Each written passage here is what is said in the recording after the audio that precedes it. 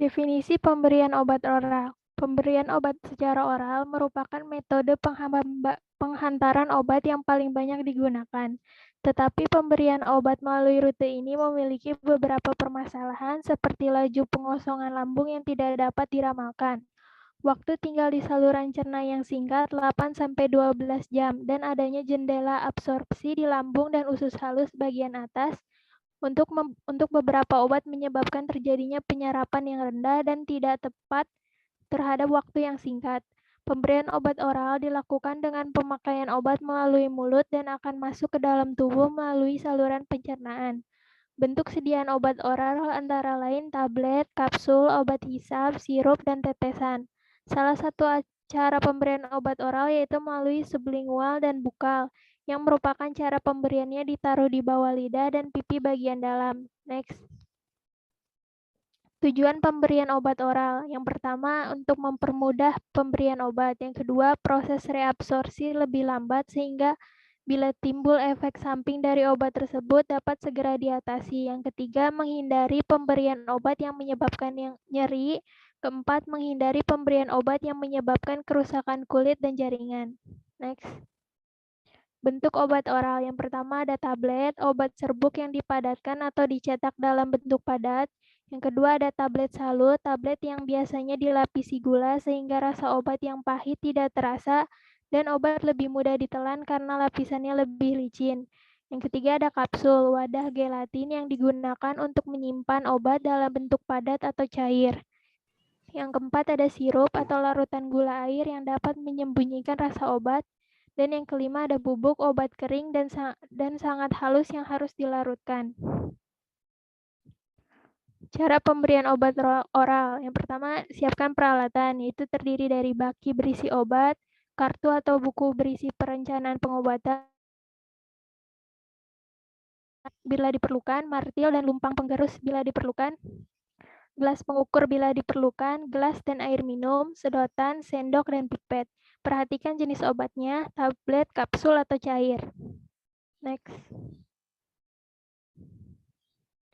Selanjutnya ada prosedur kerja. Yang pertama, siapkan peralatan dan cuci tangan. Yang kedua, kaji kemampuan klien untuk dapat minum obat per oral. Misalnya menelan, mual, muntah, adanya program tahan makan atau minum, dan lain-lain. Ketiga, periksa kembali perintah pengobatan, yaitu nama kliennya, nama dan dosis obat, waktu dan cara pemberian, periksa tanggal kadaluarsa obat. Bila ada kerugian pada perintah pengobatan, laporkan pada perawat yang berwenang atau dokter yang meminta. Yang keempat ada ambil obat sesuai yang diperlukan. Ini baca perintah pengobatan dan ambil obat yang diperlukan, yang mana obat diambil di lemari, rak atau lemari es. Yang kelima, siapkan obat-obatan yang diberikan. Siapkan jumlah obat yang sesuai dengan dosis yang diperlukan tanpa mengkontaminasi obat. Gunakan teknik aseptik untuk menjaga kebersihan obat. Next. Di sini ada keuntungan dan kerugian obat oral. Yang pertama, keuntungan itu ada mudah, murah, nyaman bagi pasien. Untuk membantu absorpsi, maka pemberian obat per oral dapat disertai dengan pemberian air putih. Lalu ada kerugiannya, aksinya yang lambat sehingga cara ini tidak dapat dipakai pada keadaan gawat. Bioavailabilitasnya banyak dipengaruhi oleh beberapa faktor. Rasa dan bau yang tidak enak sering mengganggu pasien. Dan yang terakhir tidak dapat digunakan pada pasien dalam keadaan kritis dan gangguan menelan. Next, ini ada contoh obat per oralnya, ada tablet salut selaput, kapsul, sirup, dan bubuk. Next. Selanjutnya ada pemberian obat sublingual. Pengertiannya yaitu obat sublingual adalah obat yang cara pemberiannya ditaruh di bawah lidah. Ini berarti bahwa pil diletakkan di bawah lidah di mana ia akan larut dan diserap ke aliran darah. Orang tersebut tidak boleh minum atau makan apapun sampai obat itu hilang. Kelebihan dari cara pemberian obat dengan sublingual adalah efek obat akan terasa lebih cepat dan kerusakan obat pada saluran cerna dan metabolisme di dinding usus dan hati dapat dihindari. Tujuannya yaitu agar efek yang ditimbulkan bisa lebih cepat karena pembuluh darah di bawah lidah merupakan pusat dari sakit. Dengan cara ini, aksi kerja obat lebih cepat, yaitu setelah hancur di bawah lidah, maka obat segera mengalami absorpsi ke kedalaman pembuluh darah. Cara ini juga mudah dilakukan dan pasien tidak mengalami kesakitan. Selain itu, tujuannya untuk memperoleh efek lokal dan sistemik, memperoleh aksi kerja obat yang lebih cepat dibandingkan secara oral, dan menghindari kerusakan obat oleh hepar. Ini ada rutenya, yaitu pada pemilihan rute pemberian obat, bergantung pada kandungan obat dan efek yang diinginkan, serta kondisi dan mental pasien. Perawat sering terlibat dalam pemilihan rute pemberian obat. Hal ini terjadi karena perawat terlibat dalam perawatan klien secara konsisten. Pemberian obat secara sublingual dilakukan dengan cara diletakkan di bawah lidah, kemudian larut sehingga mudah diabsorpsi. Obat yang diberikan secara sublingual tidak boleh ditelan. Jika obat ditelan, maka efek yang diinginkan tidak akan tercapai. Contoh obat yang biasa diberikan secara sublingual yaitu ada gliserin. Prosedur pemberian obat secara sublingual. Yang pertama ada persiapan alat. Persiapan alat obat yang sudah digunakan ditentukan. Terus yang kedua ada tong spentel bila perlu, kasa untuk membungkus tong spentel. Terus yang kedua ada persiapan klien. Persiapan klien itu cek perencanaan keperawatan klien. Jangan merokok selama paling tidak 1 jam sebelum menggunakan obat sublingual. Terus klien diberi penjelasan tentang prosedur yang akan dilakukan. Yang ketiga, persiapan petugas. Persiapan petugas yaitu cuci tangan, harus cuci tangan sebelum dan sesudah menggunakan obat untuk mencegah penyebaran kuman dan penyakit infeksi. Gunakan sarung tangan medis bersih jika Anda memberikan obat kepada orang lain. Sarung tangan latex atau nitril untuk mencegah berpindahnya kuman ke pasien sekaligus melindungi orang yang memberikan obat kepada pasien dan pastikan bahwa pasien tidak alergi terhadap latex sebelum Anda mengenakan sarung tangan latex. Kemudian periksa kembali apakah obat memang diresepkan untuk digunakan secara sublingual. Periksa kembali frekuensi penggunaan dan dosis obat resep, dan terakhir pakai APD bila diperlukan. Yang keempat, prosedur pelaksanaan. Baca obat dengan prinsip benar obat, benar pasien, benar dosis, benar waktu, benar tempat, dan benar dokumentasi. Pasien harus duduk tegap, memasang tong spentel jika klien tidak sadar. Kalau sadar, anjurkan klien untuk mengangkat lidahnya, meletakkan obat di bawah lidah dan memberitahu klien supaya tidak menelan obat. Kemudian cuci tangan kembali setelah melakukan rute tersebut pada pasien dan perhatikan dan catat reaksi klien setelah pemberian obat. Yang kelima, evaluasi. Perhatikan respon klien dan hasil tindakan. Apakah klien tidak menelan obat dan apakah obat dapat diabsorpsi seluruhnya? Dan terakhir, dokumentasi, yaitu mencatat tindakan yang telah dilakukan, waktu pelaksanaan, respon klien, hasil tindakan, nama obat, dan dosis perawat yang melakukan pada catatan keperawatan. Next. Hal-hal yang perlu diperhatikan dalam pemberian obat sublingual. Yang pertama, pemberian obat dengan cara ditaruh di bawah lidah. Yang kedua, tidak melalui hati sehingga tidak diinaktif. Yang tiga, dari selaput di bawah lidah langsung ke dalam aliran darah sehingga efek yang dicapai lebih cepat, misalnya pada pasien serangan jantung dan juga penyakit asma. Yang keempat, kekurangannya kurang praktis untuk digunakan terus-menerus dan dapat merangsang selaput lendir mulut. Yang kelima, hanya untuk obat yang bersifat lipofil. Yang keenam, bentuknya tablet kecil atau spray. Contohnya adalah isosorbit tablet ISDN. Next. Selanjutnya, ada faktor-faktor yang mempengaruhi penyerapan obat sublingual. Yang pertama ada ketebalan epitel mulut, yaitu penyerapan obat bisa lebih cepat jika epitel mulut lebih tipis dan juga perendaman obat dalam volume air liur yang lebih kecil.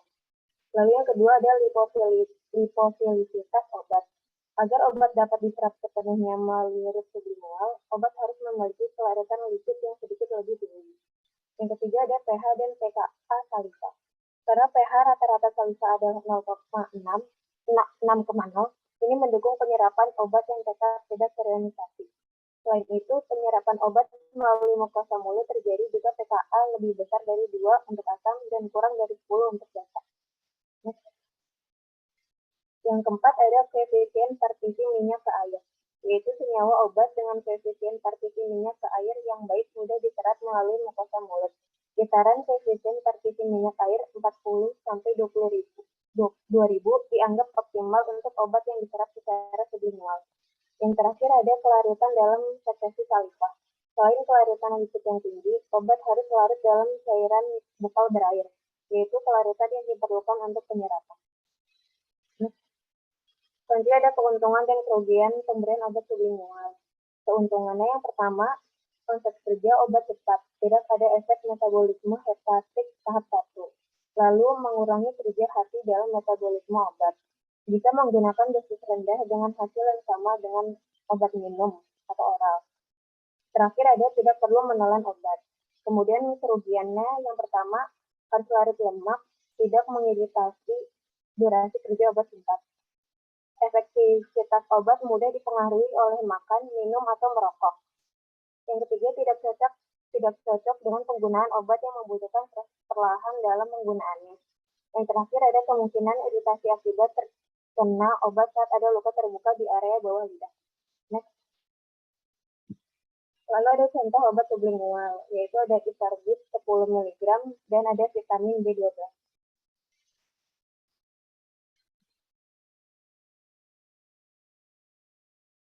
Selanjutnya ada pemberian obat secara inhalasi. Bisa tolong di next. Pengertian pemberian obat secara inhalasi. Inhalasi merupakan alat pengobatan dengan cara memberikan obat untuk dihirup agar dapat langsung masuk menuju paru-paru sebagai organ sasaran obatnya. Inhalasi dilakukan dengan cara memberikan obat dalam bentuk uap kepada pasien melalui alat pernafasan hidung ke paru-paru. Inhalasi mengirimkan obat dengan cepat melalui permukaan luas dari saluran nafas dan epitel paru-paru yang memberikan efek hampir sama cepatnya dengan efek yang dihasilkan oleh pemberian obat secara intravena. Cara pemberian ini dilakukan untuk obat-obatan yang berbentuk gas, misalnya obat anestetik atau obat yang dapat didispersi dalam suatu aerosol. Next.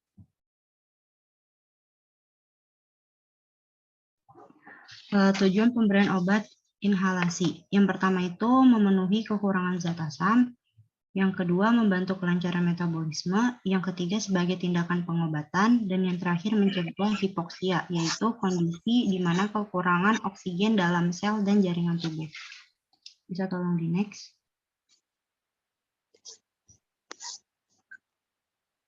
Jenis-jenis inhalasi. Obat sesak napas pencegah gejala asma atau obat jangka panjang. Yang pertama ada kortikosteroid, obat asma jangka panjang yang dianggap paling efektif untuk mengontrol gejala dan mengurangi frekuensi munculnya serangan asma. Yang kedua, agnotis beta kerja lambat, long acting beta agonis adalah obat bronkodilator yang dapat mencegah munculnya gejala asma dengan cara menjaga saluran pernapasan tetap terbuka setidaknya selama 12 jam. Pengubah leukotriene modifier. Obat asma ini mampu mengurangi frekuensi munculnya gejala asma dengan cara menghambat kinerja leukotrien, yaitu senyawa kimia dalam sistem imun tubuh yang dapat menimbulkan peradangan dan penyempitan saluran pernapasan. Yang kedua, yang B, obat sesak napas untuk asma reaksi cepat atau obat jangka pendek. Yang pertama ada agonis beta kerja cepat, short acting beta agonis. Agonis beta jenis ini dapat melegakan saluran pernapasan dengan sangat cepat, sehingga berbagai keluhan saat serangan asma terjadi pun dapat reda dalam waktu yang lebih cepat pula. Yang kedua, ipatropium. Obat yang sering diresepkan untuk penderita bronkitis kronis dan emfisema. Ipatropium mampu melemaskan otot-otot di sekitar saluran pernapasan yang mengencang saat asma kambuh, sehingga penderita asma pun dapat kembali bernapas dengan lancar. Yang ketiga, kortikosteroid. Obat kortikosteroid dapat digunakan untuk mengobati asma yang sedang kambuh dengan cepat. Perbedaan di antara keduanya terletak pada bentuk obat kortikosteroid dan dosis yang diberikan. Kortikosteroid yang digunakan untuk meredakan gejala asma tak hanya tersedia dalam bentuk obat sirup, melainkan juga tablet, kapsul, dan sirup.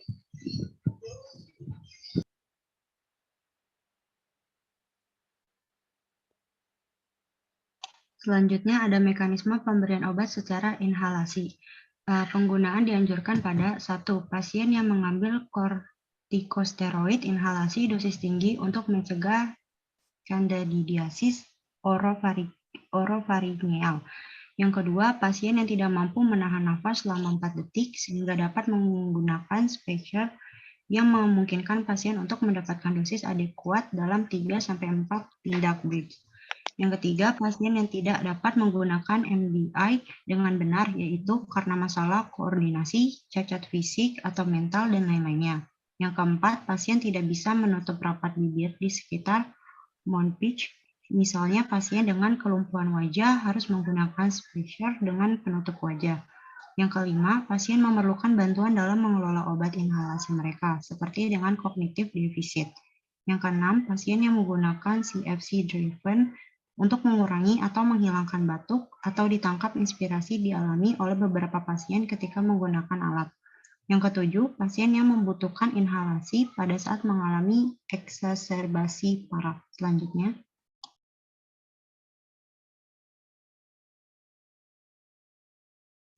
di sini ada mekanisme kerjanya. Yang pertama, terlebih dahulu IDT dikocok agar obat tetap homogen. Yang kedua, tutup kanister dibuka. Yang ketiga, inhaler dipegang tegak, kemudian penderita melakukan ekspirasi mengeluarkan nafas maksimal secara perlahan. Yang keempat, mulut inhaler diletakkan di antara gigi, lalu bibir dirapatkan dan dilakukan inspirasi, yaitu menarik nafas perlahan sampai maksimal. Yang kelima, pada pertengahan inspirasi, kanister ditekan agar obat keluar. Yang keenam, penderita menahan nafas 10 detik atau 10 hitungan pada inspirasi maksimal. Yang ketujuh, setelah 30 detik atau 1 menit prosedur yang sama diulang kembali. Selanjutnya, indikasi dan kontraindikasi pemberian obat secara inhalasi. Indikasinya pasien sesak nafas dan batuk bronkopneumonia. Yang kedua ada PPOM seperti bronkitis dan emfisema. Yang ketiga asma bronkial, kemudian ada rinitis dan sinusitis, pasca tracheostomi, pilek dengan hidung sesak dan berlendir, selaput lendir mengering, kemudian ada iritasi kerongkongan, radang selaput lendir, kemudian saluran pernafasan bagian atas. Kontraindikasinya, yang pertama pasien tidak sadar atau confusion, tidak kooperatif dengan prosedur ini, membutuhkan mas atau sungkup, tetapi mas efektifnya berkurang secara spesifik. Yang kedua, pasien dengan penurunan pertukaran gas juga tidak dapat menggerakkan atau memasukkan medikasi secara adekuat ke dalam saluran nafas. Yang ketiga, pemakaian katekolamin pada pasien dengan cardiac irritability harus dengan perlahan. Selanjutnya, kelebihan pemberian medikasi langsung ke jalan nafas atau inhalasi adalah yang pertama, efek langsung ke target pengobatan di saluran pernafasan. Yang kedua, lebih efektif untuk dapat mencapai konsentrasi tinggi di jalan nafas. Yang ketiga, efek sistemik minimal atau dihindarkan tidak ada nyeri akibat injeksi. Yang keempat, beberapa obat hanya dapat diberikan melalui inhalasi karena tidak terabsorpsi pada pemberian oral, antikolinergik, dan kromolin. Yang kelima, waktu kerja bronkodilator lebih cepat bila diberikan inhalasi daripada oral. Yang keenam, relatif kecil, ringan, dan mudah dibawa di dalam saku, tas, ataupun koper. Selanjutnya, kekurangan inhaler. Yang pertama, sulit bagi beberapa orang untuk berkoordinasi, terutama anak kecil, cacat mental, dan orang usia tua atau lansia. Yang kedua, ukuran relatif kecil, mudah dibawa, dan relatif mudah hilang. Oleh karena itu, terkadang sulit untuk ditemukan pada saat dibutuhkan secara mendadak. Misal saat terjadi perburukan serangan asma. Yang ketiga, membutuhkan aliran inspirasi tertentu untuk menggunakan obat-obatan, membuat kurang ideal pada saat perburukan gejala seperti pada asma atau PPOK. Berikut merupakan contoh obat inhalasi. Selanjutnya pemberian obat intrakutan. Next. Pengertian injeksi intrakutan. Intrakutan yakni obat yang diinjeksikan ke dalam lapisan kulit bagian atas, sehingga akan timbul indurasi kulit. Tindakan menyuntikkan obat secara intrakutan yang sering dilakukan yaitu tindakan skin test, tes tuberkulin, atau mantik test. Intrakutan biasanya digunakan untuk mengetahui sensitivitas tubuh terhadap obat yang disuntikan. Hal tersebut bertujuan untuk melakukan skin test atau tes terhadap reaksi alergi jenis obat yang akan digunakan. Pemberian obat melalui jaringan intrakutan ini dilakukan di bawah dermis atau epidermis. Secara umum dilakukan pada daerah lengan tangan bagian ventral. Hal tersebut bisa dilakukan pada pasien yang tidak sadar, tidak mau bekerja sama karena tidak memungkinkan untuk diberikan obat secara oral dan tidak alergi. Next. Tujuan injeksi intrakutan yang pertama, agar pasien mendapatkan pengobatan sesuai program pengobatan dokter. Yang kedua, untuk memperlancar dan menghindari kesalahan dalam proses pemberian obat. Yang ketiga, membantu menentukan diagnosa penyakit tertentu. Yang keempat, menghindari pasien dari efek alergi obat dengan skin test. Yang kelima, digunakan untuk tes tuberkulin atau tes alergi tertentu. Yang keenam, saat pemberian vaksinasi. Next. Prinsip pemberian obat intrakutan atau IC. Yang pertama, sebelum memberikan obat, perawat harus mengetahui diagnosa medis pasien, indikasi pemberian obat, dan efek samping obat dengan prinsip 10 benar, yaitu benar pasien, benar obat, benar dosis, benar waktu pemberian, benar cara pemberian, benar pemberian keterangan tentang obat pasien, benar tentang riwayat pemakaian obat oleh pasien, benar tentang riwayat alergi obat pada pasien, benar tentang reaksi pemberian beberapa obat yang berlainan bila diberikan bersama-sama, dan benar dokumentasi pemakaian obat. Lalu untuk mantuk tes pemberian PPD diberikan sebanyak 0,1 cc dibaca setelah 2-3 kali 24 jam dari saat penyuntikan obat. Selanjutnya setelah dilakukan penyuntikan tidak dilakukan desinfektan. Next.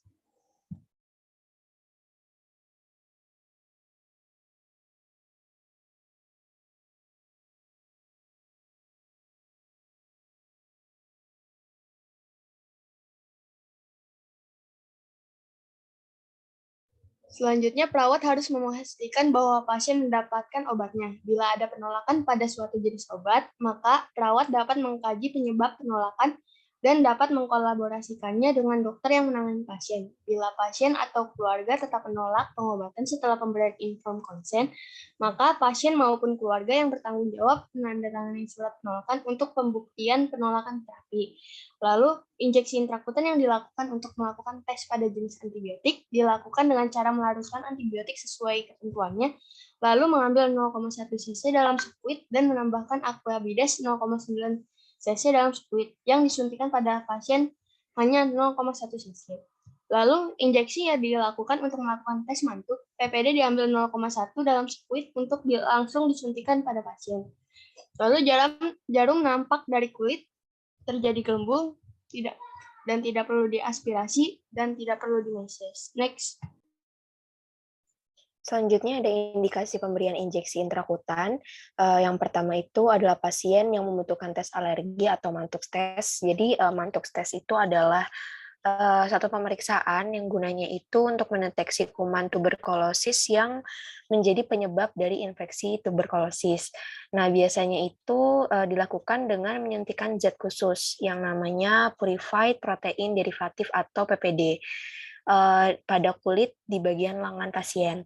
Kalau misalkan pasiennya udah pernah terpapar bakteri TB, biasanya itu akan muncul gejala seperti muncul benjolan gitu, seperti bentol-bentol sebagai reaksi dari kulit. Nah, oleh karena itu pemeriksaan ini tuh disebut juga dengan tes tuberkulin atau tuberkulin skin test (TST).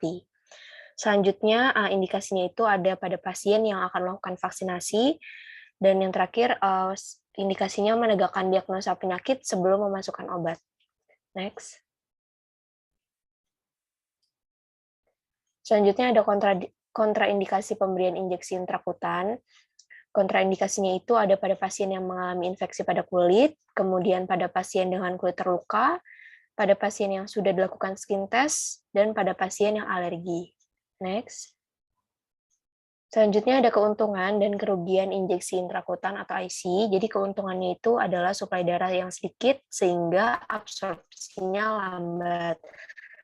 Kemudian bisa mengetahui adanya alergi terhadap obat tertentu. Dan juga dapat memperlancar proses. Sedangkan kerugiannya dalam injeksi intrakutan itu apabila obat sudah disuntikan, maka obat tersebut tidak dapat ditarik lagi. Selanjutnya, tuntutan sterilitasnya itu sangat ketat, kemudian memerlukan petugas yang terlatih, yang berwenang untuk melakukan injeksi, dan yang terakhir kerugiannya itu adanya resiko toksisitas jaringan dan akan terasa sakit saat penyuntikan. Next. Prosedur tindakan pemberian obat intrakutan yang pertama, mempersiapkan alat-alat yang akan digunakan. Yang kedua, memberitahu dan menjelaskan pada pasien mengenai tindakan yang akan dilakukan. Yang ketiga, mengatur posisi pasien. Yang keempat, mencuci tangan. Yang kelima, menentukan tempat penyuntikan. Ini terbagi menjadi dua, lengan bawah. Lengan bawah ini di bagian depan lengan bawah sepertiga dari lekukan siku, tentukan pada kulit yang sehat dan bukan pada pembuluh darah. Tempat itu menjadi skin test dan mantaux test. Yang kedua, lengan atas. 3 jari di bawah sendi bahu, di tengah daerah musculus deltoidus. Tempat ini untuk mensuntikan BCG. Yang keenam, membebaskan daerah yang akan disuntikan dari pakaian. Yang ketujuh, menghapuskan kulit pasien dengan kapas alkohol, membuang kapas ke dalam wadah pembuangan.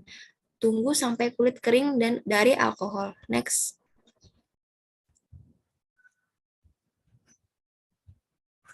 Yang kedelapan, menegangkan kulit pasien dengan tangan kiri. Yang 9, menusukkan jarum dengan lubang jarum mengarah ke atas. Yang ke-10, jarum dan permukaan kulit membentuk sudut 150 derajat hingga 200. Yang ke-11, memasukkan atau menyemprotkan cairan dari spoid sampai terjadi gelembung pada kulit. Yang ke-12, menarik jarum dengan cepat, tidak dihapuskan dengan kapas alkohol dan tidak boleh dilakukan pengurutan atau massage. Tutuplah jarum dengan metode satu tangan. Yang ke-13, merapikan pasien. Yang ke-14, membawa alat-alat ke meja suntikan untuk dibereskan. Yang ke-15, mencuci tangan. Next. Ini adalah contoh obat injeksi intrakutan, yaitu vaksin BCG kering dan tuberkulin untuk Texmantox.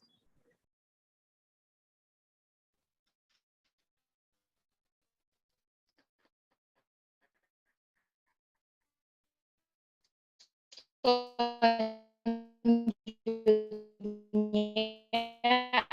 ada pemberian obat subkutan. Next.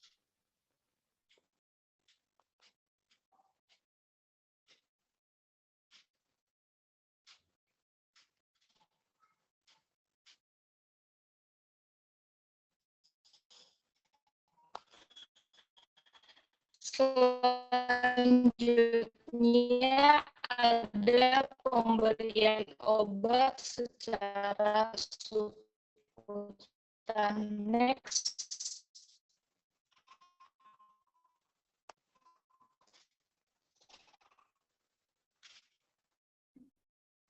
Nah, sebelumnya izin melanjutkan, ada pengertian obat secara subkutan. Injeksi subkutan ini adalah metode penyuntikan obat ke jaringan ikat longgar di bawah kulit dan diserap oleh kapiler. Pengertian pemberian obat secara jaringan ikat longgar di bawah kulit dan diserap oleh kapiler. Jaringan kapiler subkutan tidak memiliki banyak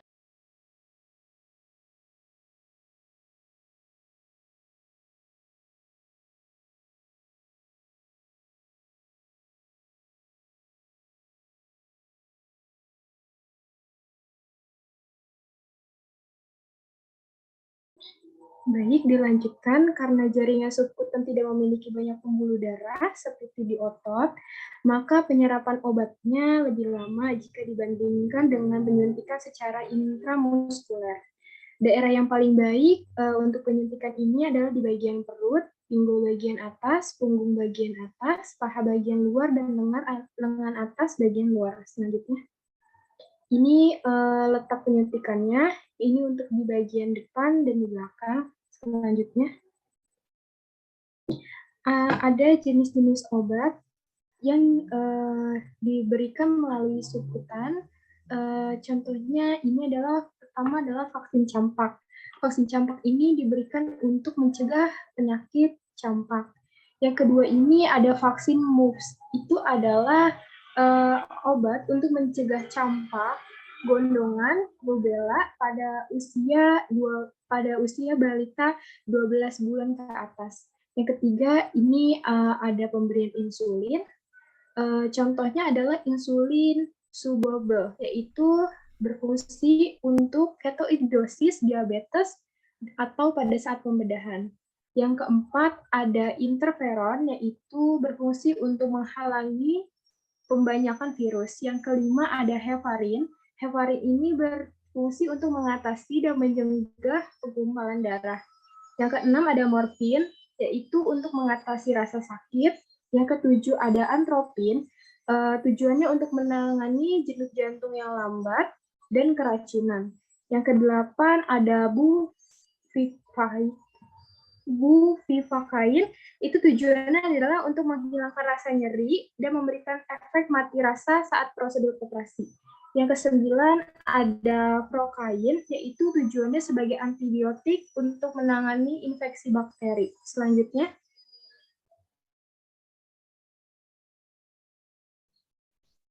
baik, selanjutnya ada kelebihan dan kekurangan injeksi subkutan. Nah, untuk kelebihannya itu diperlukan latihan sederhana, terus absorpsi cepat jika dibandingkan dengan pemberian obat oral, mencegah kerusakan sekitar saluran cerna. Untuk kerugiannya itu menimbulkan rasa sakit dan kerusakan kulit, tidak dapat dipakai jika volume obat besar, bioavailabilitas bervariasi sesuai lokasi, absorpsi biasanya lambat dan konstan, terus hanya boleh dilakukan untuk obat yang tidak iritatif terhadap jaringan. Next.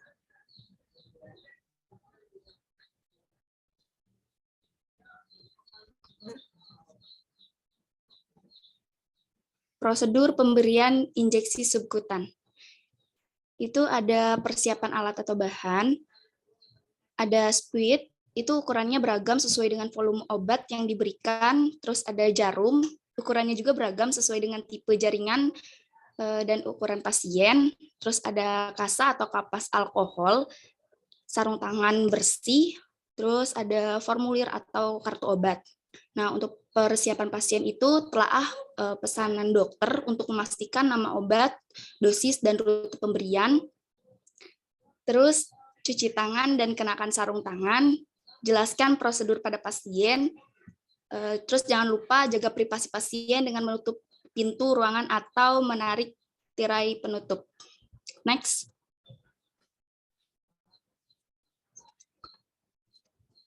Nah, terus di sini ada langkah-langkah pelaksanaannya itu.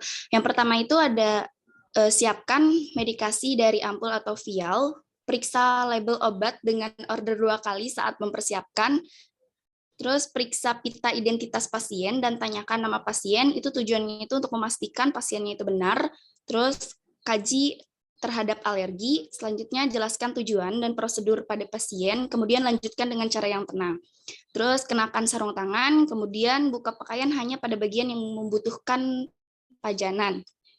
Selanjutnya pilih tempat penyuntikan yang tepat, palpasi tempat tersebut terhadap edema, massa, atau nyeri tekanan. Hindari area yang terdapat jaringan, parut, memar, lecet, atau infeksi. Selanjutnya ada bantu pasien untuk mengambil posisi yang nyaman, bergantung pada tempat suntikan yang dipilih. Selanjutnya, minta pasien untuk merelaksasikan lengan, abdomen, atau tungkainya tergantung tempat yang dipilih atau tempat di mana suntikan akan diberikan. Selanjutnya ada relokasi tempat dengan penanda anatomis. Kemudian bersihkan tempat suntikan yang dipilih dengan antiseptik di tengah tempat suntikan dan putar ke arah luar dengan arah melingkar sekitar 5 cm. Next.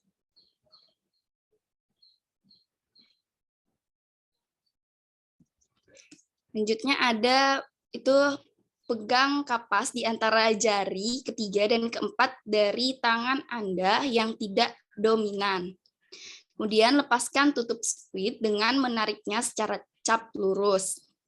Selanjutnya pegang spuit di antara ibu jari dan telunjuk dari tangan Anda yang dominan, bayangkan seperti memegang pulpen. Kemudian gunakan tangan yang tidak memegang spuit untuk mengangkat atau meregangkan kulit. Selanjutnya secara hati-hati dan mantap tusuk atau suntikan jarum dengan 45-90 derajat. Untuk pasien ukuran sedang dengan tangan non-dominan, Anda regangkan kedua belah sisi kulit tempat suntikan dengan kuat atau cubit kulit yang akan menjadikan tempat suntikan. Untuk pasien obesitas, cubit kulit pada tempat suntikan dan suntikan jarum di bawah lipatan kulit. Selanjutnya lepaskan kulit bila dicubit. Kemudian raih ujung bawah barrel spuit dengan tangan non-dominan dan pindahkan tangan dominan ke pelunga. Next. Kemudian lakukan aspirasi dengan cara menarik pelengah. Jika terdapat darah dalam spuit, maka segera cabut spuit untuk dibuang dan diganti dengan spuit dan obat yang baru. Bila tidak terdapat darah, suntikan obat secara perlahan dengan kecepatan 1 menit atau 10 detik. Kemudian tunggu 10 detik, kemudian tarik spuit jarum jam dengan mantap sambil meletakkan kapas alkohol pada tempat penyuntikan. Lalu tekan perlahan, jangan memijat lokasi penyuntikan. Selanjutnya bantu klien pada posisi yang nyaman. Kemudian buang spuit tanpa harus menutup jarum dengan kapnya atau guna mencegah cedera pada perawat pada tempat pembuangan secara benar. Selanjutnya melepaskan sarung tangan dan merapikan pasien, membereskan alat-alat. Terus mencuci tangan, catat pemberian obat pada lembar obat atau catatan perawat. Terus kembali untuk mengevaluasi respon pasien terhadap obat dalam 15-30 menit. Yang terakhir, tetapkan bersama pasien dan amati reaksi alergi. Next. Selanjutnya di sini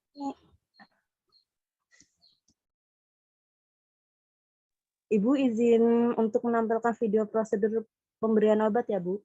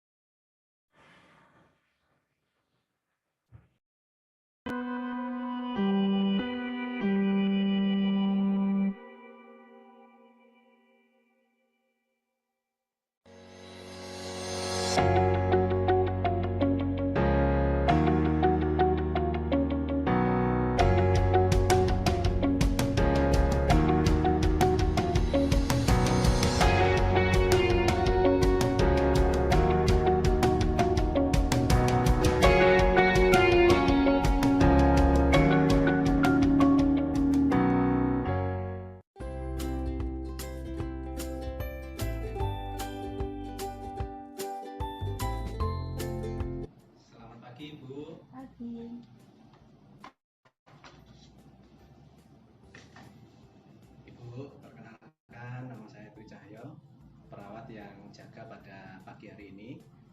Saya akan memberikan obat Captopril 25 mg secara oral, Ibu, karena tekanan darah Ibu masih 170/100 mm Hg. Pemberian obat ini sekitar 3-5 menit, Ibu. Apakah Ibu bersedia? Oke, kalau Ibu bersedia, saya siapkan obatnya dulu ya, Ibu.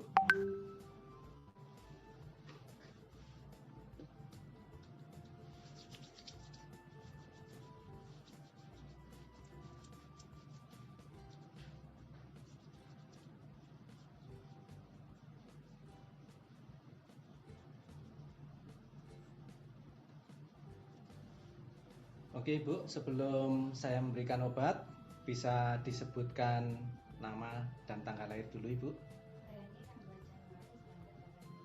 Oke.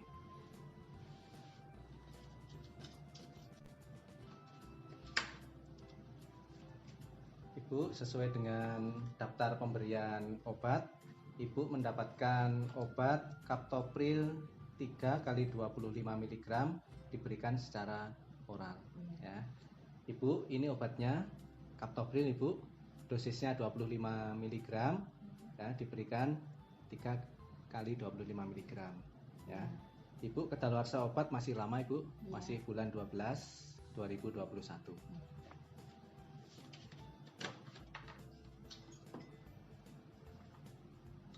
Oke Ibu, ini silahkan ambil airnya, bisa duduk Ibu ya. Oke, ini obatnya Ibu, silahkan diambil.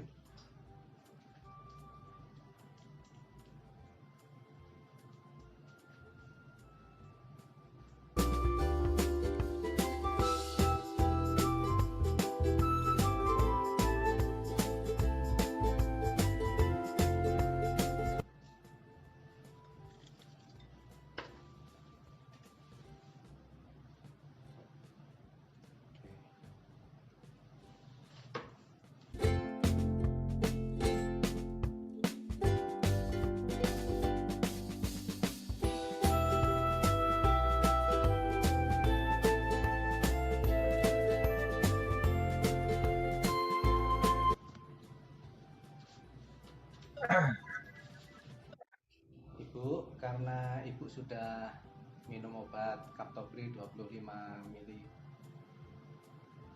ya, Ibu bisa tanda tangan di sini di daftar pemberian obat ini Ibu. Oke Ibu, nanti saya akan datang lagi 2 jam lagi untuk evaluasi tekanan darah. Apabila ada keluhan seperti pusing atau batuk, silakan menghubungi perawat atau tekan tombol bel di sebelah tempat tidur ya Ibu. Ada yang ditanyakan Ibu? Tidak. Oke, terima kasih Ibu ya. Selamat pagi.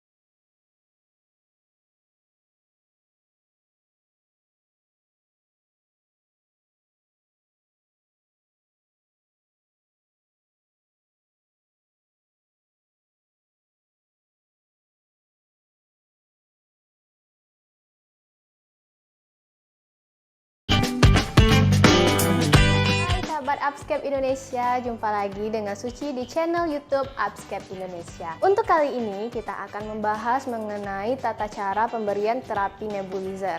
Namun sebelum itu, silahkan bagi teman-teman yang belum subscribe, silahkan di-subscribe channel kita dan diaktifkan tombol loncengnya agar teman-teman mendapatkan notifikasi setiap ada video baru yang kita upload. Jangan lupa juga untuk di-like dan di-share video ini agar informasi yang kita berikan di video ini menyebar dan berguna untuk teman-teman yang lainnya. Oke rekan-rekan, sebelum kita mulai ke tata cara bagaimana memberikan terapi nebulizer, kita ada baiknya tahu dulu apa sih terapi nebulizer tersebut. Nah, terapi nebulizer adalah suatu tindakan yang kita lakukan pada pasien, yaitu dengan memberikan obat cair yang dirubah menjadi partikel-partikel kecil sehingga bisa langsung masuk ke saluran pernafasan pasien atau paru-paru pasien melalui inhalasi. Tujuannya apa? Nah, tujuannya adalah yang pertama memasukkan obat secara langsung ke saluran nafas pasien atau ke paru-paru pasien. Yang kedua untuk mengencerkan sekret. Yang ketiga untuk optimalkan kapasitas vital paru-paru, dan yang keempat adalah untuk meringankan sesak nafas pada pasien. Nah, gimana nih cara untuk melakukan terapi nebulizer? Sebelum itu, kita cek dulu apa aja alat-alat yang kita butuhkan untuk melakukan terapi tersebut. Alat-alatnya adalah, nah ini dia alat-alat untuk melakukan terapi nebulizer. Nah, apa saja alat yang kita butuhkan? Alat kita butuhkan pertama tentu saja mesin nebulizernya. Nah, kita gunakan yang seperti ini di sini. Kalau untuk modelnya itu tergantung dari institusi masing-masing.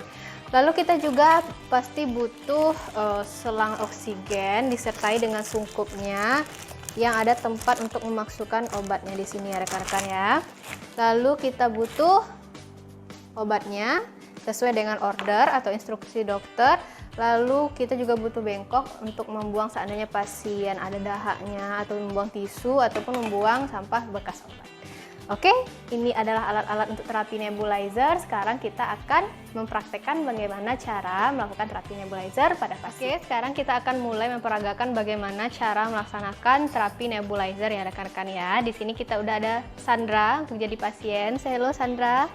Oke, nah di sini sebelum kita melakukan terapi, tentu saja kita cek order dokter dulu dan kita identifikasi pasien. Apakah pasien ini benar pasien yang akan kita berikan terapi nebulizer.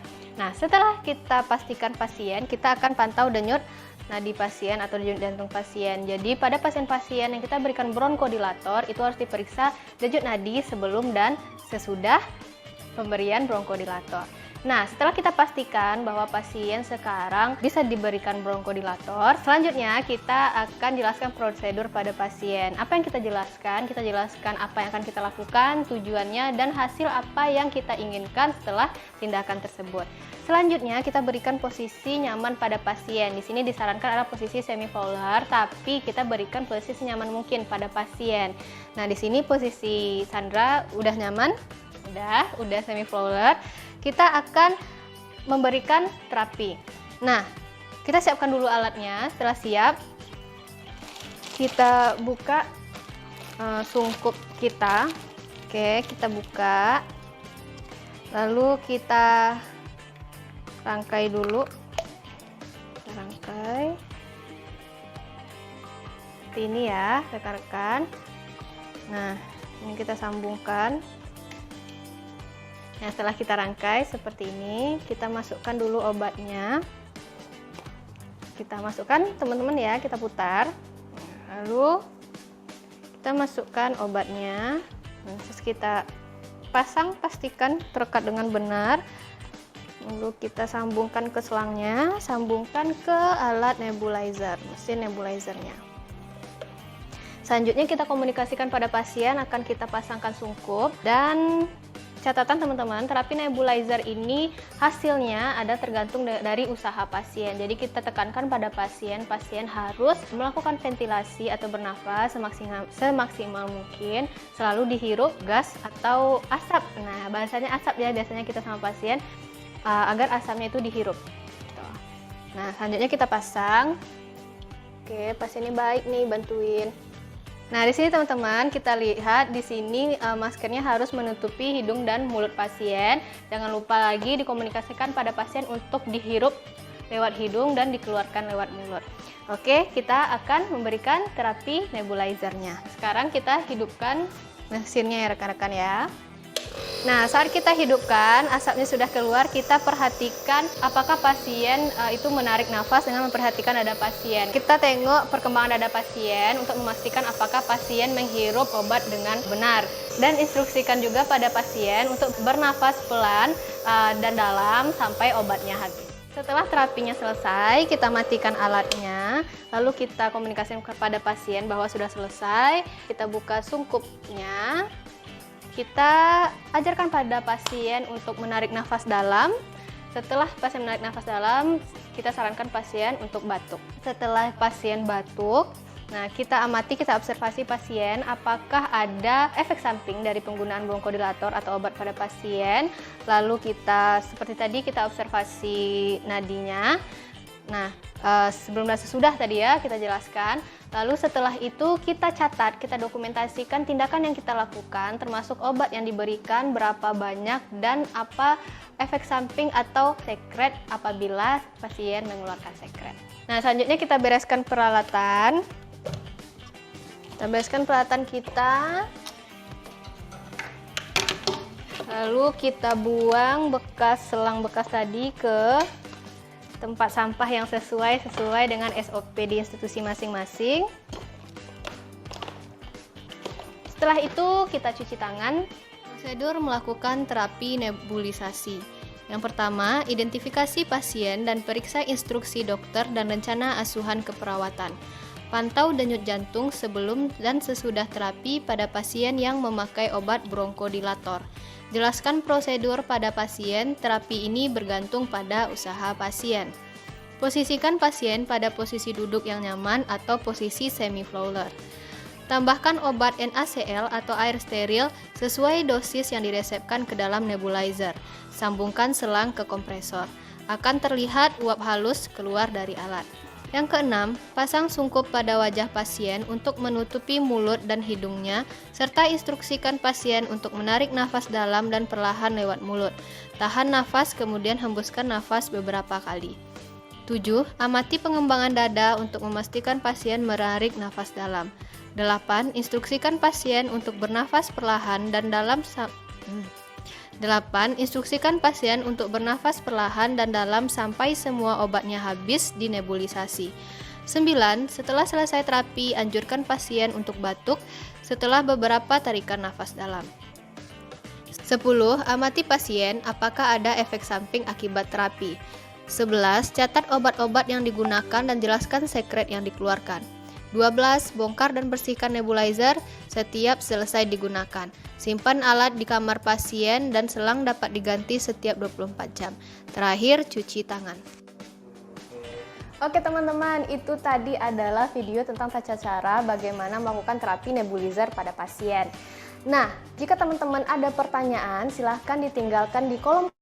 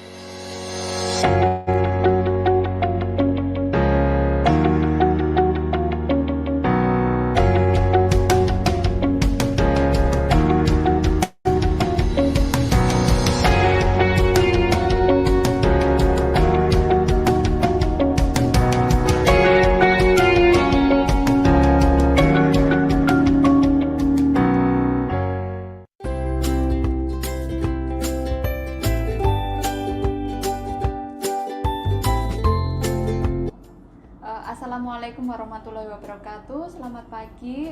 Untuk pagi hari ini kita akan belajar terkait dengan pemberian injeksi intrakutan. Nah, apa injeksi intrakutan? Adalah suatu prosedur invasif pemberian obat menggunakan jarum steril ke dalam jaringan di bawah kulit. Nah, indikasi dari injeksi intrakutan ini adalah untuk skin test atau tes alergi, di mana tujuannya adalah untuk mengetahui reaksi hipersensitivitas pasien terhadap obat gitu. Nah, persiapan alat untuk injeksi intrakutan yang harus kita siapkan, yang pertama adalah meja atau meja beroda atau troli. Kemudian yang kedua adalah sepet. Sepet yang kita gunakan adalah sepet 1 cc dengan jarumnya. Kemudian aquabides.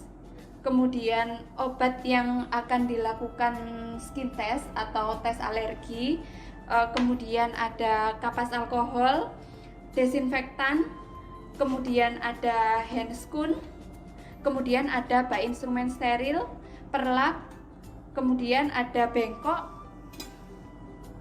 kemudian ada kartu pemberian obatnya.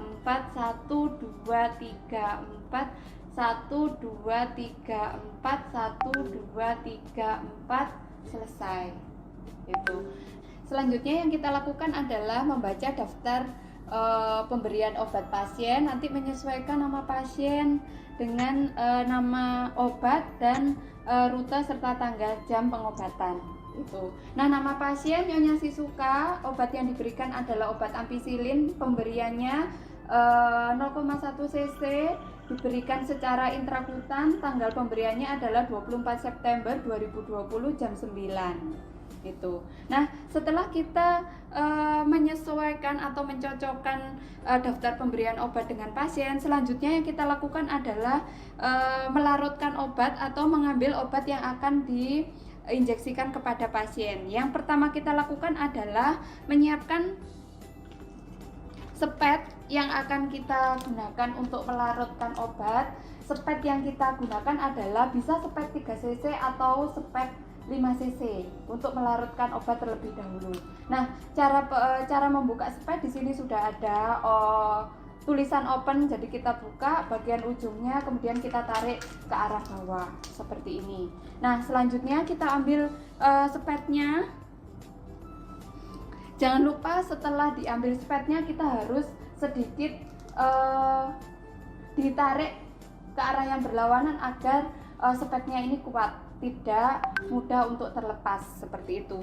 Nah, yang kita lakukan adalah yang selanjutnya adalah mengambil kapas alkohol atau alkohol swab. Untuk apa? Digunakan untuk desinfeksi pada area cairan yang digunakan untuk pelarut obat. Gitu.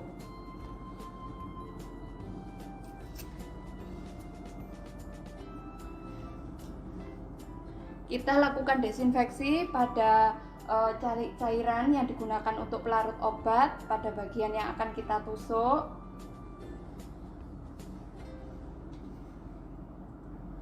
Selanjutnya ujung spet kita buka, kemudian kita tusukkan jarum ke dalam cairan pelarut. kita ambil secukupnya. Untuk melarutkan kurang lebih adalah 5 cc.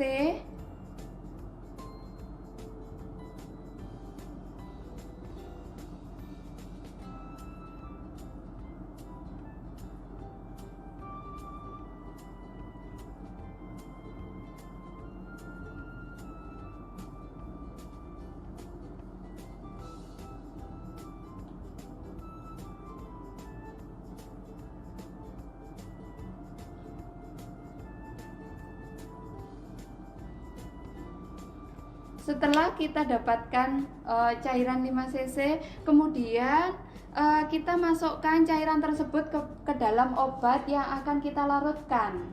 Gitu. Ini adalah obat ampicillin. Jadi kita harus baca kembali obat ampicillin di sini diberikan bisa secara IM atau IV di labelnya. Kemudian di sini kita bisa cek, di sini ada tanggal expirednya adalah April 2021, jadi masih bisa dipakai untuk pasien seperti itu. Nah, selanjutnya kita lakukan desinfeksi kembali pada ujung dari vial dari obat ini menggunakan kapas alkohol. Nah, seperti ini kita desinfeksi. Dibuang ke dalam bengkok, kemudian kita buka jarum kembali, kemudian tusukkan jarum ke dalam karet yang ada di vial. Selanjutnya cairan kita masukkan perlahan-lahan.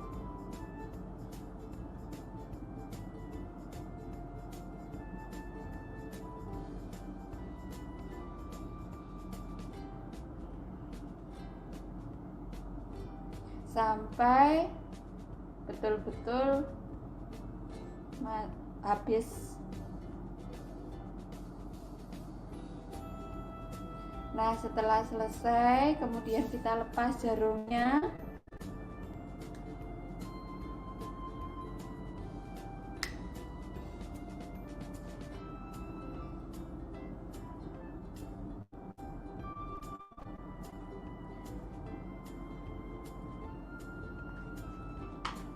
Kita lepas jarumnya, kemudian yang kita lakukan adalah kita kocok sampai betul-betul larut obatnya. Jika sudah larut, yang kita lakukan adalah memasukkan ujung dari sepet kembali ke dalam ujung dari vial.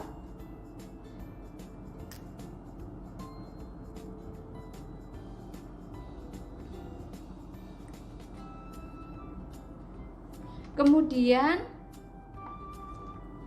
kita buka sepet 1 cc yang akan kita gunakan untuk melakukan injeksi intrakutan. Seperti ini, jadi jangan lupa membukanya adalah dari ujung yang ada tulisan open. Kemudian kita ambil, kemudian kita lepaskan ujungnya.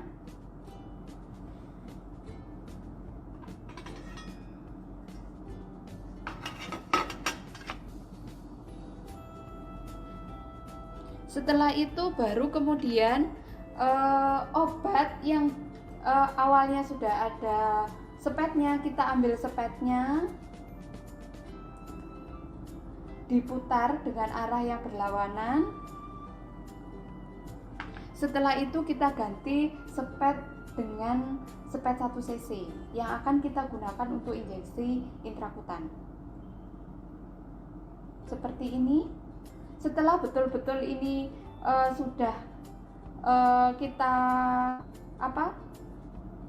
betul-betul bahwa ini sudah pas, tepat, baru kemudian kita ambil obatnya, disesuaikan dengan yang kita perlukan. Kurang lebih adalah karena pemberiannya adalah kurang lebih 0,1, maka kita bisa mengambil sampai angka 2 atau angka 0,2 atau angka 0,3.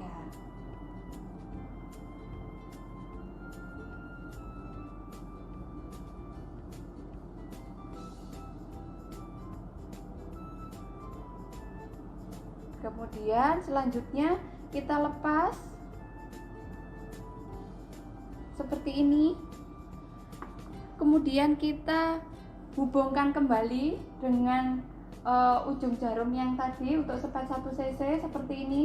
Kemudian kita putar sampai dia betul-betul tepat untuk tempat jarumnya gitu. Nah, kalau kita menemukan ada udara di sepet yang akan kita gunakan untuk injeksi, yang kita lakukan apa? Pertama kita turunkan dulu seperti ini, kemudian bisa kita lakukan penyentilan pada bagian pada bagian sepet agar udaranya naik ke atas. Setelah udara naik ke atas, maka yang kita lakukan adalah menaikkan kembali atau menghilangkan udara.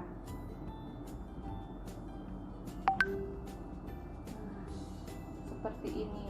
Jika sudah, yang kita lakukan adalah memasukkan sepet 1 cc tersebut ke dalam bak instrumen bersama dengan kapas alkohol yang akan kita gunakan untuk injeksi.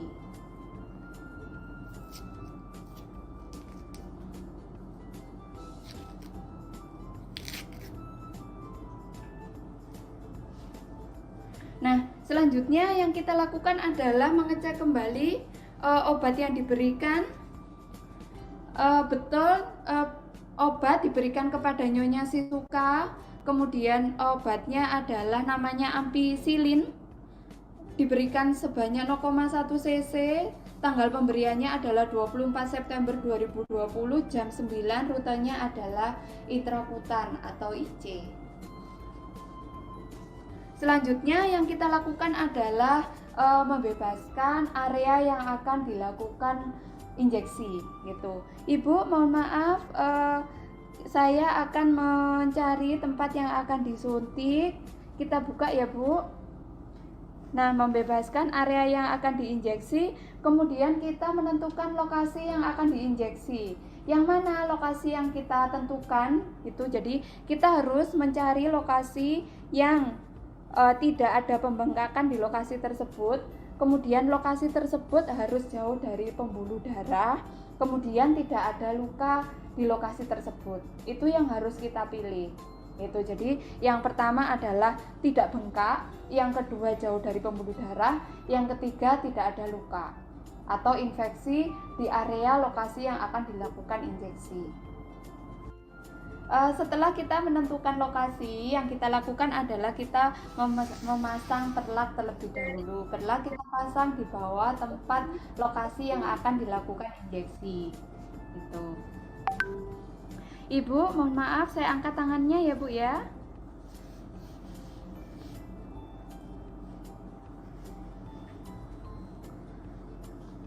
Selanjutnya, kemudian kita menggunakan handscoon.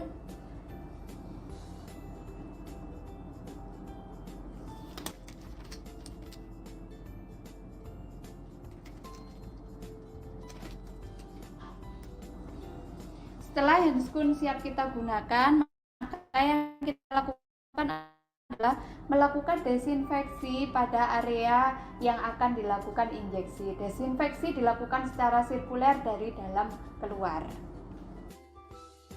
Nah, kita lakukan injeksi, tangan kita meletakkan tangan di bawah lokasi injeksi, kemudian kita lakukan desinfeksi dari arah dalam keluar secara sirkuler.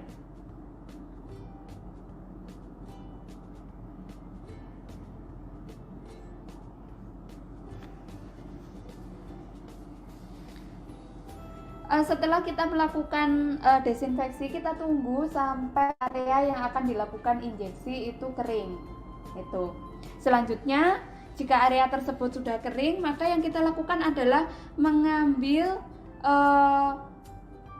sepet 1 cc yang sudah berisi obat yang sudah kita siapkan untuk diinjeksikan kepada pasien. Gitu. Jadi jangan lupa pada saat kita melakukan injeksi, kita harus membuka dulu tutup jarumnya. kita letakkan tutup jarum di dalam bak instrumen.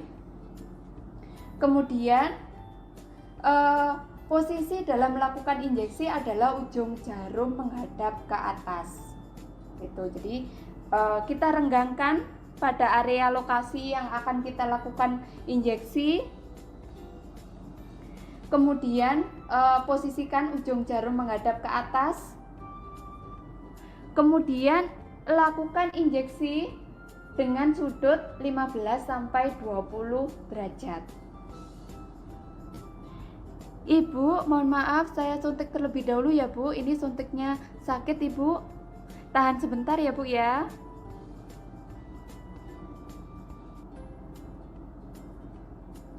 Nah, setelah kita merasa bahwa ujung jarum sudah mencapai di bawah kulit, maka kita pindahkan posisi tangan kita.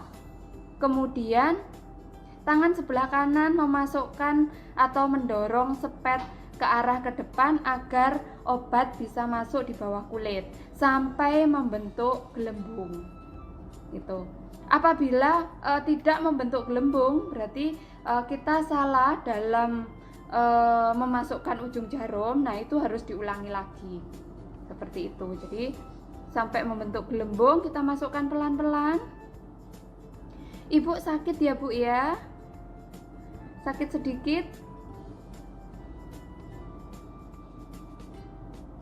Nah, apabila sudah membentuk gelembung, kemudian kita lepaskan jarum, kita tarik pelan-pelan. Nah, bekas area suntikan atau area injeksi tidak boleh dihapus dengan menggunakan kapas alkohol. Kita tutup, langsung masukkan jarum ke dalam kotak atau safety box. Selanjutnya yang kita lakukan adalah memberikan tanda pada area atau lokasi yang telah dilakukan injeksi. Kita berikan tanda lingkaran.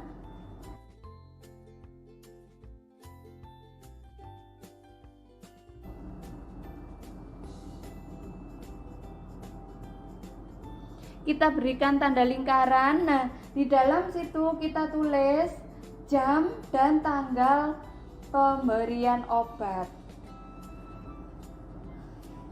Tanggal 24 bulan 9 jam 09.00.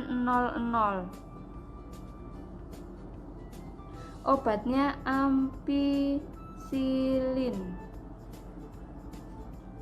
Setelah selesai kita lakukan, kemudian kita beritahukan kepada pasien bahwa ibu ini nanti tidak boleh mengucek pada lokasi yang dilakukan injeksi atau suntikan. Nanti 15 menit kemudian saya akan memeriksa apakah ibu alergi terhadap obat tersebut atau tidak. Seandainya sebelum 15 menit ibu sudah merasa gatal di tubuh atau di daerah yang ada luka, ada suntikan, kemudian kemerahan, ibu bisa memencet bel yang ada di samping ibu. Nanti kami akan segera ke sini untuk melakukan observasi. Begitu ibu, tindakan sudah selesai dilakukan. Yang kita lakukan adalah selanjutnya mengambil perlak.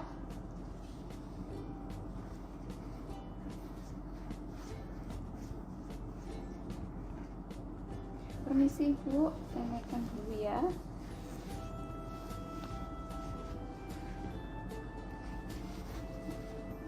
Kemudian merapikan pasien, merapikan peralatan, kemudian lepas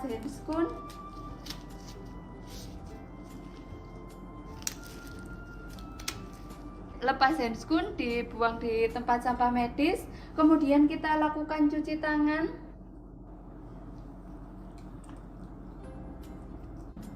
Ibu, ini tindakan yang saya lakukan sudah selesai. Nanti kalau misalkan Ibu yang akan rasakan nanti akan saya cek 15 menit kemudian. Tetapi seandainya sebelum 15 menit Ibu merasakan suatu gejala atau Ibu membutuhkan sesuatu, Ibu bisa mencet tombol yang ada di samping Ibu. Begitu ya Ibu, terima kasih atas perhatiannya. Nanti 15 menit saya akan ke sini lagi. Permisi Ibu, terima kasih. Membawa alat keluar dari ruangan pasien. Kemudian setelah 15 menit kita kembali lagi ke tempatnya pasien. Assalamualaikum Ibu. Bagaimana Bu? Apa yang dirasakan Bu? Apakah ada ini Ibu merasa gatal? Ada kemerahan di tubuh Ibu? Oh, ini nggak ada kemerahan ya Bu ya? Ibu nggak merasa gatal ya? Berarti Ibu tidak alergi terhadap obat ampicillin. Nah, nanti sebentar lagi akan saya lakukan injeksi intravena terhadap obat ampicillin tersebut. Begitu ya Ibu ya. Terima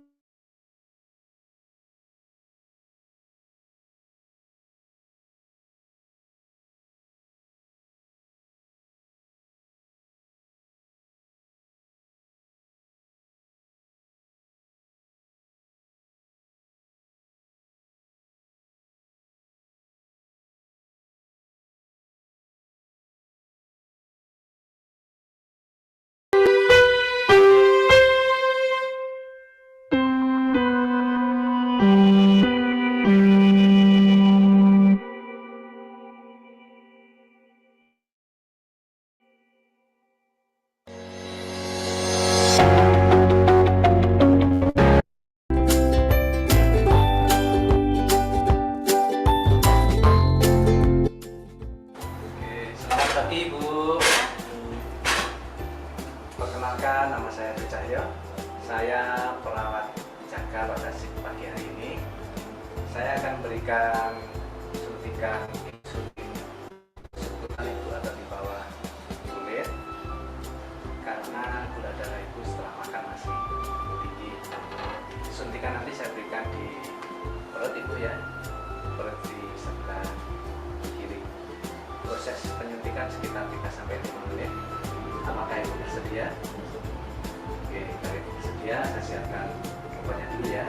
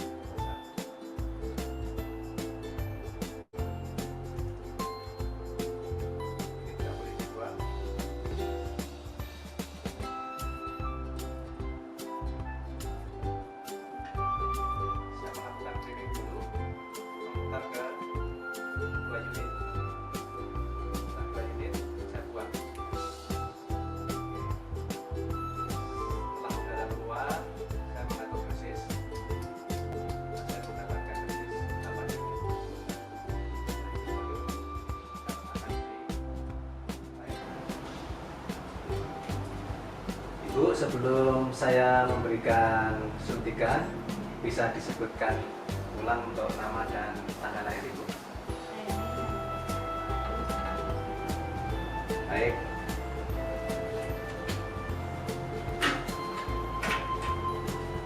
Ibu, sesuai dengan daftar pemberian obat, Ibu mendapatkan suntikan insulin kerja singkat Rapid 8 unit secara subkutan Ibu ya.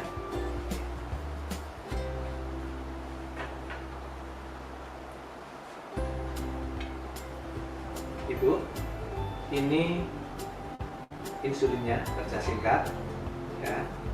Dosisnya 8 unit, ya. Obat ini penanya masih kadalosa masih lama Ibu, ya, masih Oktober 2021.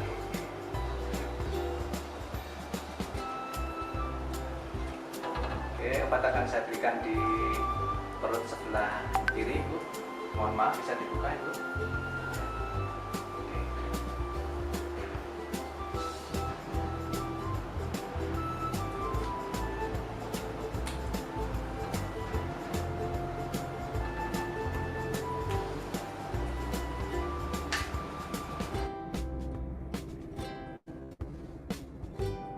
Setelah kering, ya,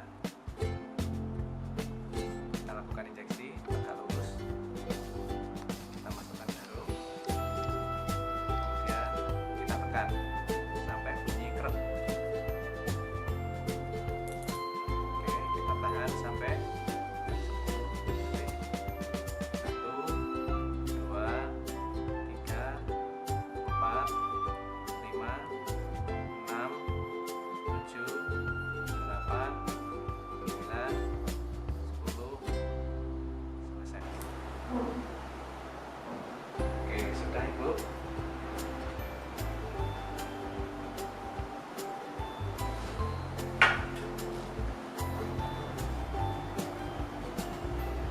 Ibu, karena Ibu tadi sudah kita suntik subkutan, insulin kerja singkat, bisa minta tanda tangan Ibu.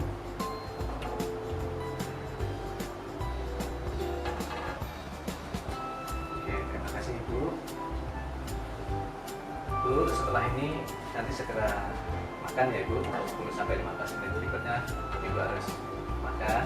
Nanti apabila ada keluhan ya, seperti pusing ya, kemudian gemetar atau keringat dingin, nanti langsung menghubungi perawat ya, atau tekan tombol bel di sebelah tempat tidur.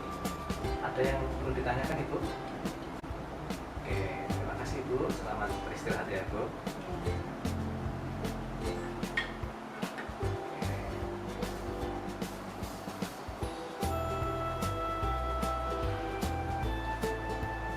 Saya buang di safety box.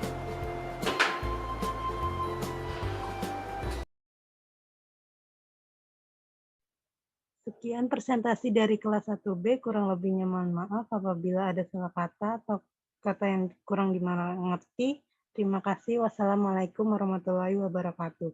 Selanjutnya saya serahkan kepada Ibu Dewi.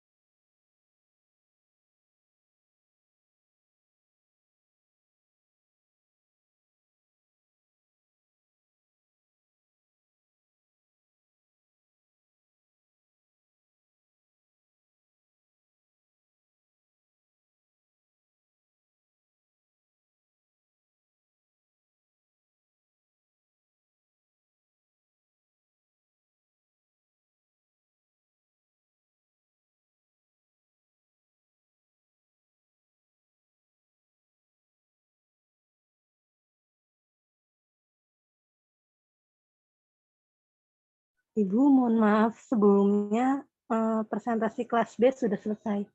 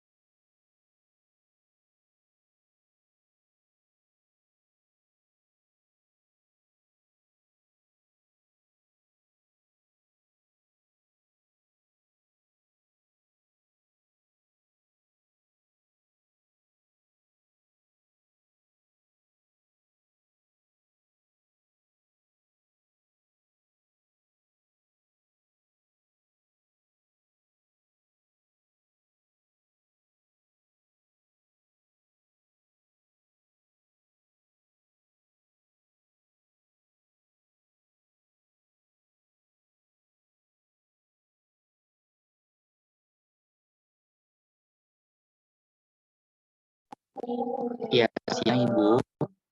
Ibu Dewi.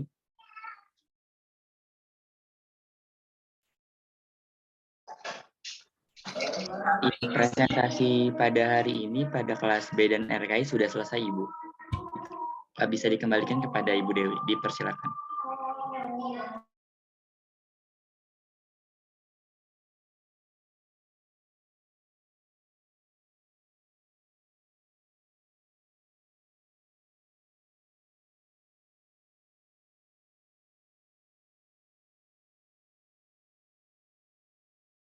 Ya, mohon maaf Bu Dewi.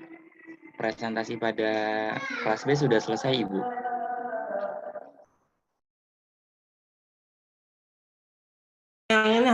Penayangan sudah selesai semua. Iya, sudah selesai semua Ibu. Sesuai topik ya. Sesuai topik. Ya, tadi saya udah lihat video-videonya bagus. Materinya juga cakep ya. Nah, kira-kira kelompok ada pertanyaan nggak atau satu kelas ini? Atau ini 3 kelas ya, ABCD. ABC sama RKI ya.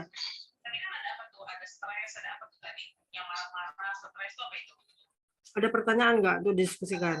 Kalau memang tidak ada lagi, berarti udah jelas. Nah, tolong materinya dilengkapi. Kalau yang merasa belum lengkap, seperti yang saya arahkan, tolong dikasih ke si pen. Nanti saya juga minta materinya ya. Nah, apa ya, ke link Google Drive apa-apa. Yang kemarin juga belum. Ya, tolong dikumpulin ke si pen ya. Nanti kirim ke saya linknya. Baik, Ibu. Untuk saya nilai. Udah gimana? Kalau ada pertanyaan silakan, kalau enggak saya tutup. Dan terima kasih pada kelompok. Itu bukan hanya pasien hipertensi, tetapi pasien hipertensi dengan apa primer, sekunder, atau dengan obat-obatan yang terkontrol.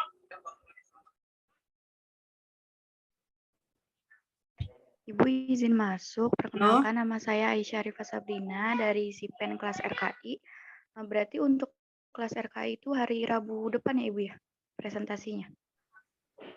Jadwal kita tinggal berapa hari lagi? Tinggal satu pertemuan lagi Ibu. Iya. Kalau RKI nanti yang dibahas apa? Materinya sama apa beda?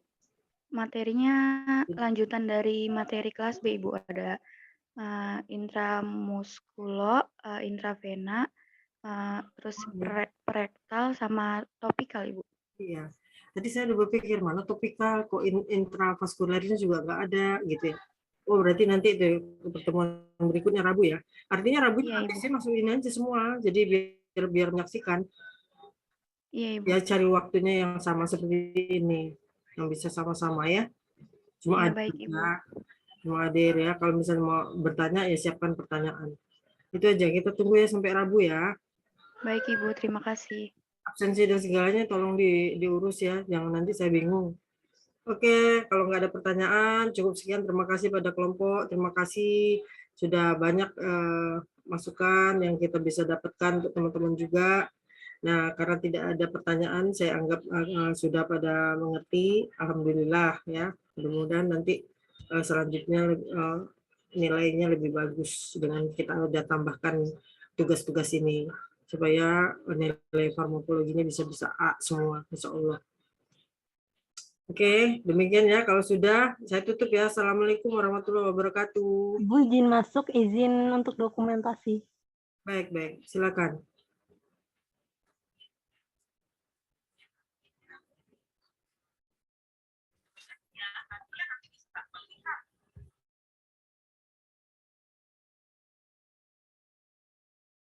Ya, untuk slide 1, 2, 3. Itu dia udah. Kedua.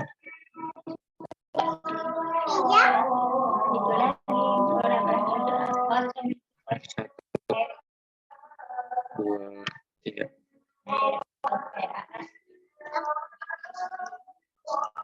Untuk kelas A sudah dipersilakan untuk kelas B. Baik, untuk kelas B, harap on cam dan raise hand.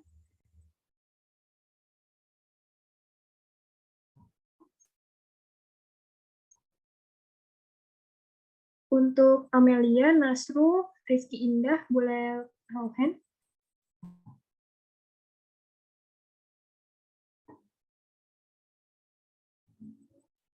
Baik, slide pertama.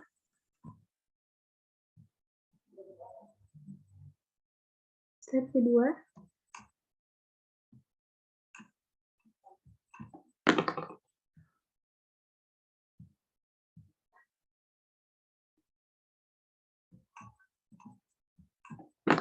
Baik, sudah untuk RKI, dipersilahkan. Baik, untuk kelas RKI dipersilakan untuk raise hand dan on cam.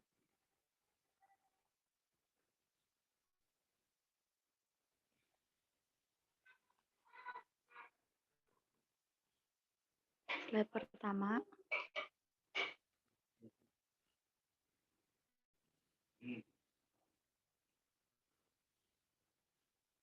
Slide kedua. Baik, Ibu sudah semua. Terima kasih.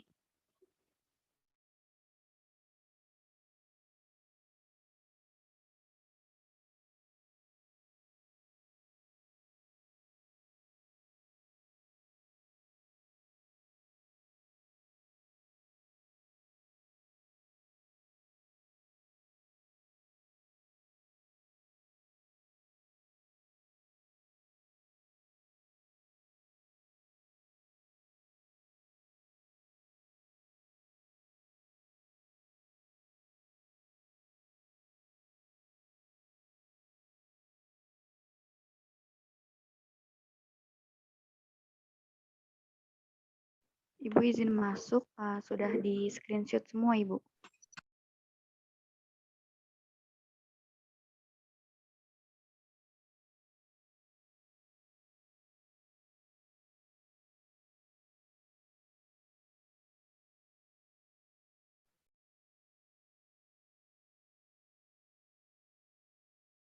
Gimana, sudah? Sudah selesai? Izin menjawab, sudah Ibu. Sudah, Ibu.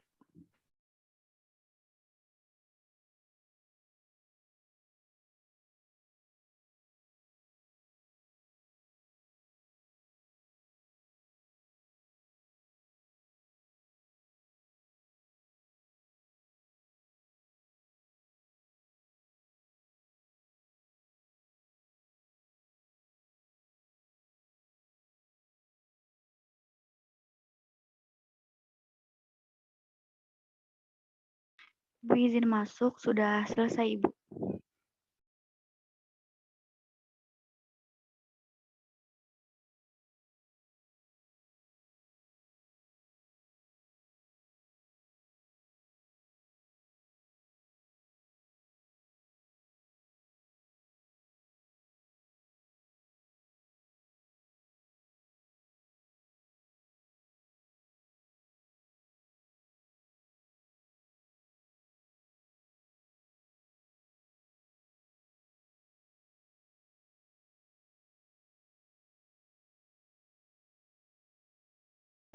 Iya, Bu Dewi, untuk dokumentasinya sudah selesai, Ibu.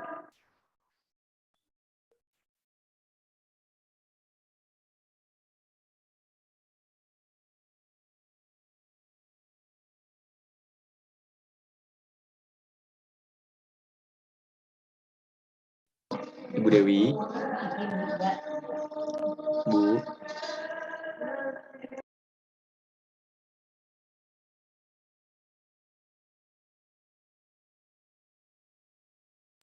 Ibu, mohon maaf untuk dokumentasinya sudah selesai, Ibu.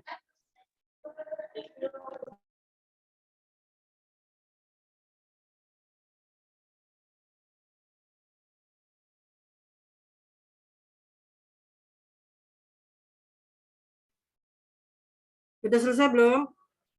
Iya, sudah selesai, Ibu. Hah? Belum? Ibu. Kok nggak ada suaranya ya? Izin menjawab, sudah selesai Ibu. Iya, sudah selesai, Ibu.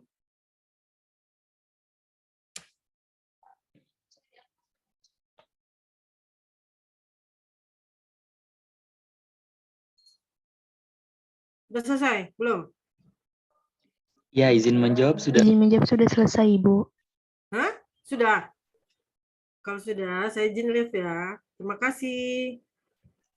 Baik, terima kasih, Bu. Terima kasih, Bu. Terima kasih, Bu. Ya, sama-sama. Ini sambil nguji KTI, jadi 2 nih kupingnya.